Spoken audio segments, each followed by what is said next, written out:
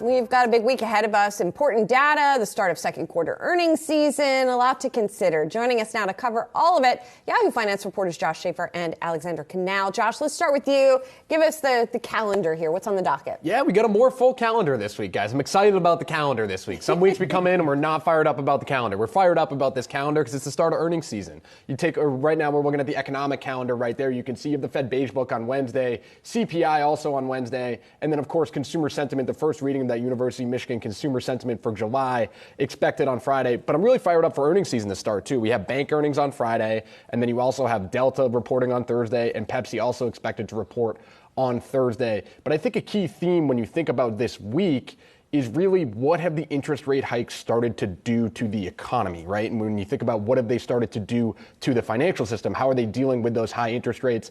And then how are they impacting inflation and CPI? Allie, I know that's something you've been following closely. Looks like those headline numbers are sort of expected to fall pretty heavily in that report on Wednesday. Yeah, inflation expected to slow down, but it will still remain significantly above the Federal Reserve's 2% target. That, along with the strong jobs report that we got on Friday, which showed unemployment low, wages high, suggests that there will be more rate hikes to come. So here are the expected CPI numbers according to consensus estimates compiled by Bloomberg. We see headline inflation expected to have risen 3.1% on a year-over-year basis in June. That is a slowdown from May's 4% rise, with monthly inflation expected to tick up to 0.3%. Then if we take a look at core inflation, that strips out the more volatile pricing of food and gas. That's expected to have a yearly rise of 5%. Yet another slowdown compared to May, with monthly core prices hitting 0.3%. According to a new note from Citi, the slowdown is expected to come from two things: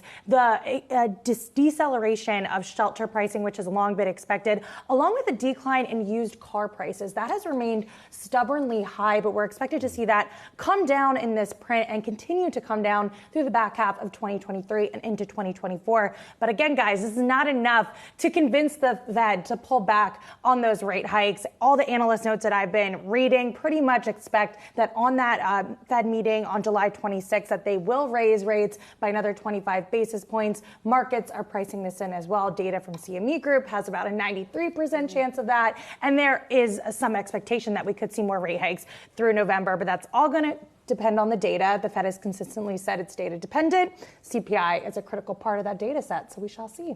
By the way, we said nothing of note. WD-40 reports after the close today. Hey. I'll be curious to see how they do. I'm not even kidding. Good consumer brand. Good consumer brand. I mean, one of the things I'm going to be watching really closely that kind of brings the earnings and the inflation stories together is last quarter we heard so many companies, Pepsi is one that stands out to me in particular, where the volumes weren't very impressive, but they were managing to get those price increases through. So I think it's going to be really key this quarter to hear if that is still happening. Well, can you still get the price increases through with inflation coming down, right? At what point does the consumer say, wait, inflation's coming down. I'm reading headlines that headline inflation's coming down. Why am I still paying more? Well, it's a chicken and egg situation, right? Headline inflation is decelerating because they're not able to raise the prices. And then when you're a consumer and you see the news that inflation is starting to decelerate, then you say, wait, why am I still paying? And then it hopefully starts to. And then if I'm a company, what does that do to my margins, right? Because am I still paying those inflationary prices and not being able to pass it on to the consumer? That's a big thing some of the analysts. And so that feeds into the magic word this earnings season, at least from the perspective of Peter Cher, who we had on earlier. Last earnings season, it was all about how many people could say artificial intelligence so many different ways. But how many different ways can companies say resiliency this earnings season? And that's going to be something that, at least from Peter Cher, who gave us that earlier today, could be the type of magical phrase or talking point or word that we hear this earnings season. We'll see. Yes, we will. Thank you so much for joining us, Allie Canal and Josh Schaefer here this morning.